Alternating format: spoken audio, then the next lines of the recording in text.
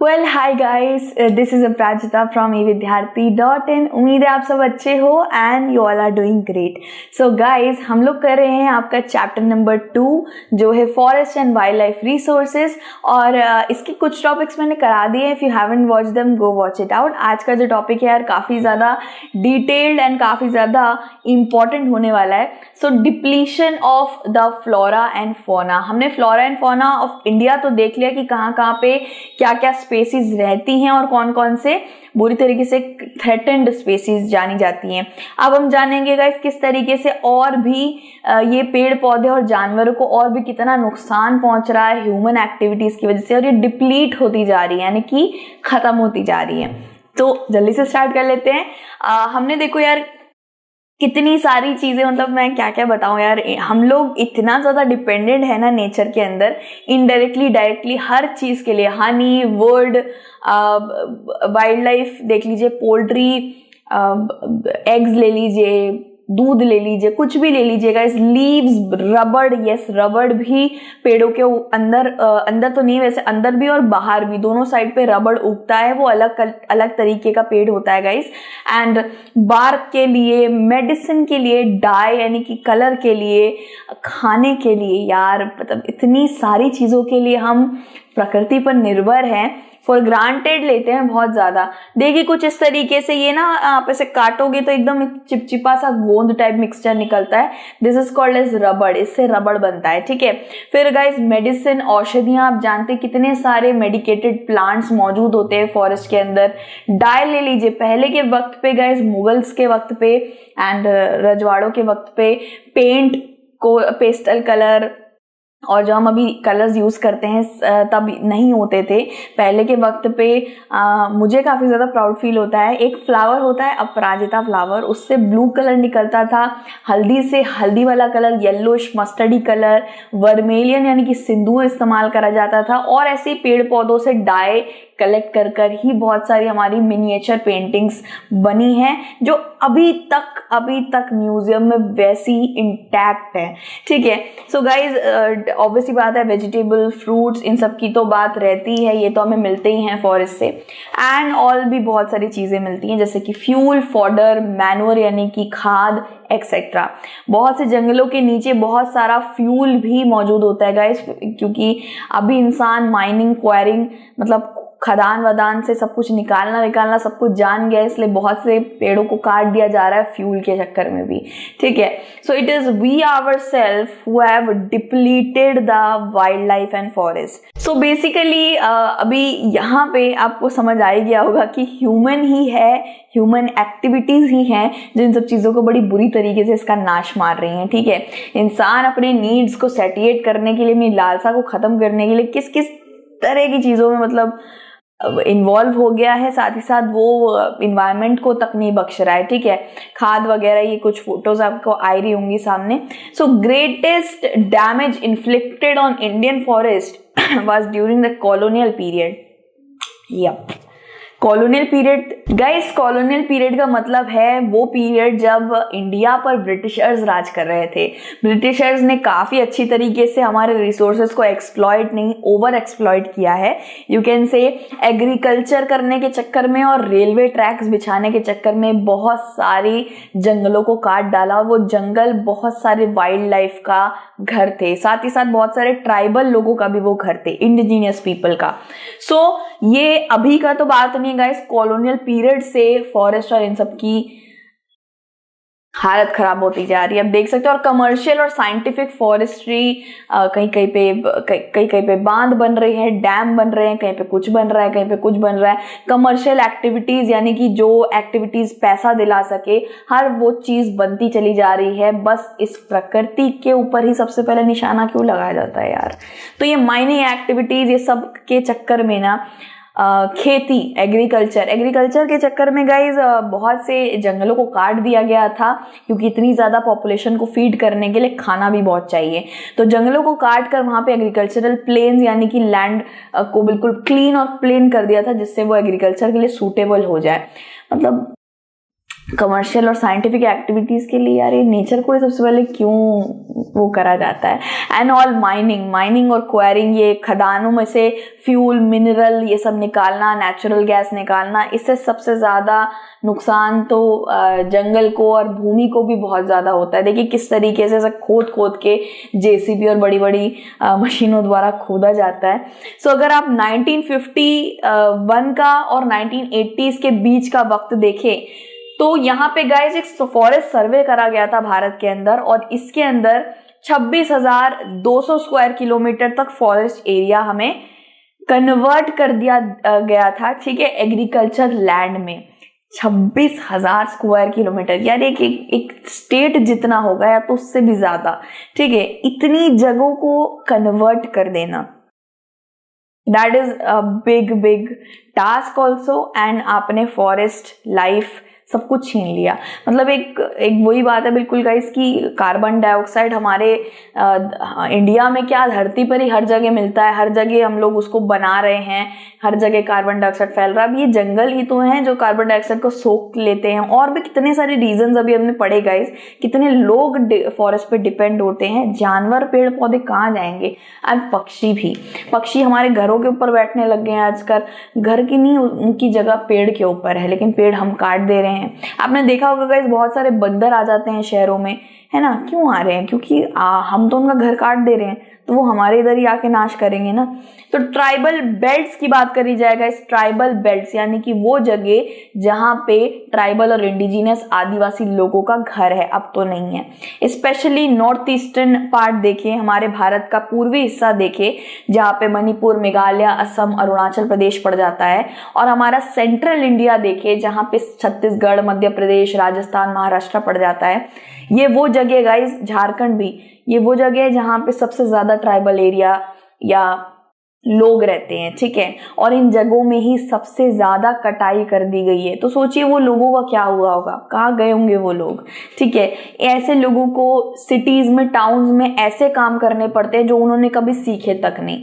Forest में वो लोग पूरी तरीके से डिपेंड थे, अब फॉरेस्ट को ही हटा दिया गया है।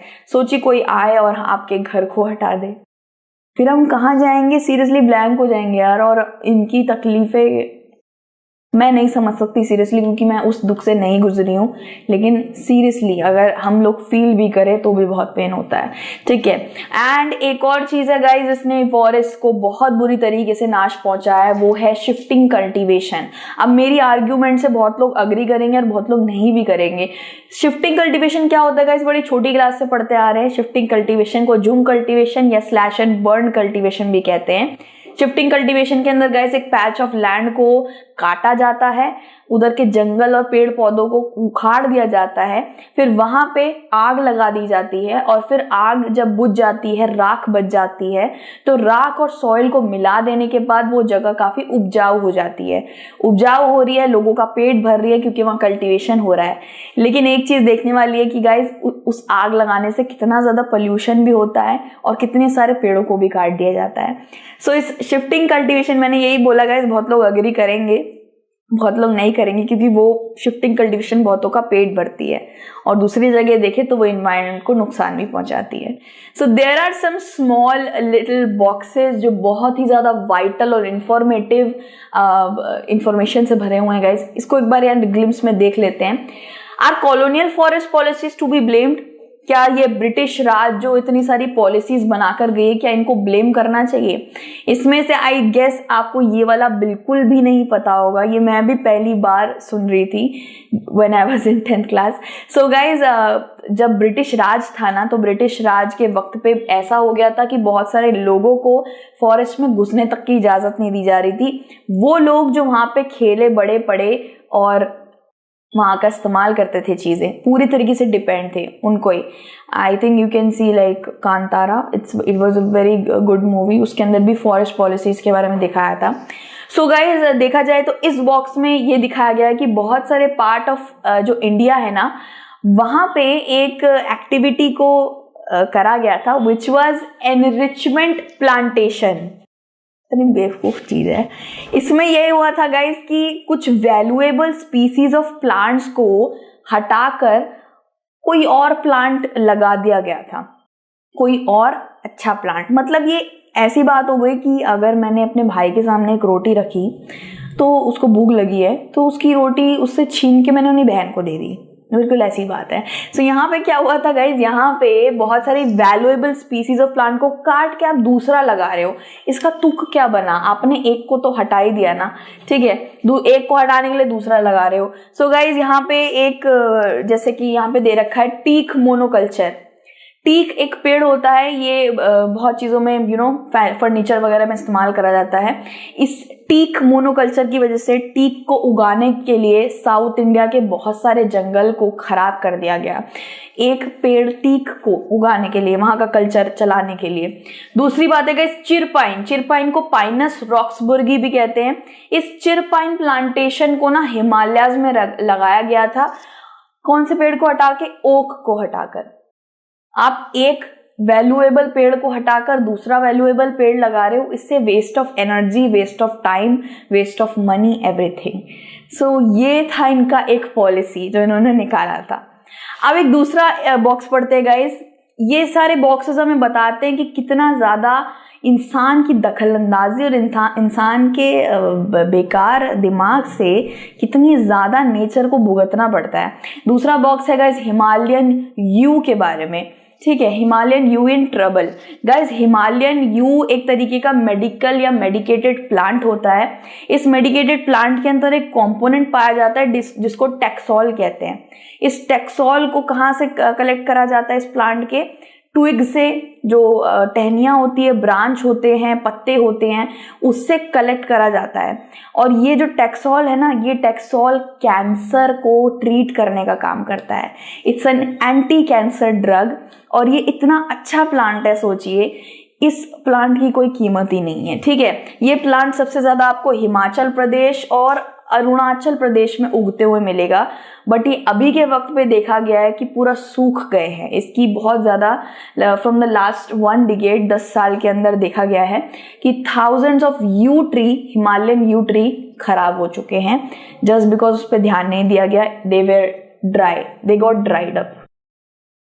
एंटी कैंसर ड्रग था यार, कैंसर की क्या बताऊं मैं। प्रकृति हमें कितना कुछ देती है और हम उसकी कदर तक नहीं करते।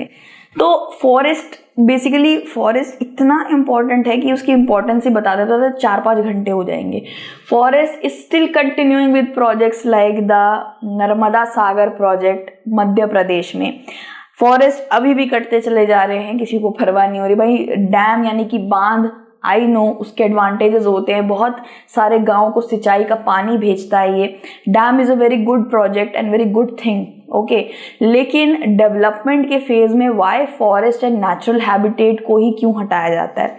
सो बेसिकली क्या हुआ, नर्मदा सागर प्रोजेक्ट के वक्त पे 40,000 हेक्टर का फॉरेस्ट, इसमें कितने पेड़ आते होंगे गिनती भी भूल जाऊं मैं, इसकी वजह से वहां पे 40,000 हेक्टर जमीन को सफाचट कर दिया गया।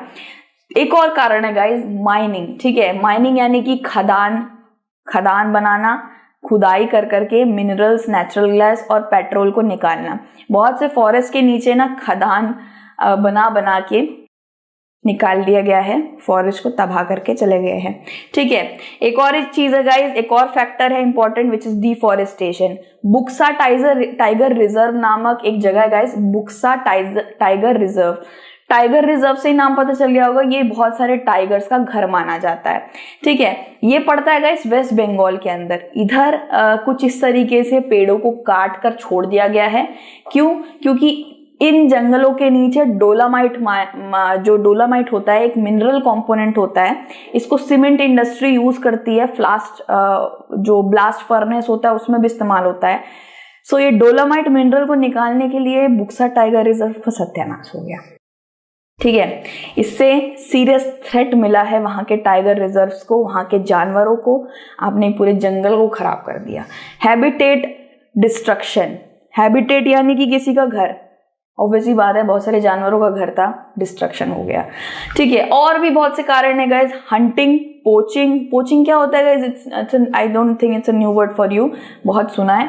पोचिंग पहले के वक्त पे जब ये बड़े बड़े राजा रजवाड़े होते थे अलॉन्ग विद ब्रिटिश ऑफिसर्स, ये बहुत से जानवरों का शिकार करते थे, बहुत से जानवरों का शिकार करने के साथ साथ उनकी स्किन को निकाल के उसके कपड़े बनाना, उसको अपने सोफे पे लगाना, उनके मुंह को सामने लगाना, ये सब चीजें करते थे, विच इज किसी को भी गुस्सा दिला दे भाई। पोचिंग का मतलब क्या है गाइस? इट्स लाइक हार्मिंग, और किसी को केज कर लेना, किसी को मार देना, ठीक है।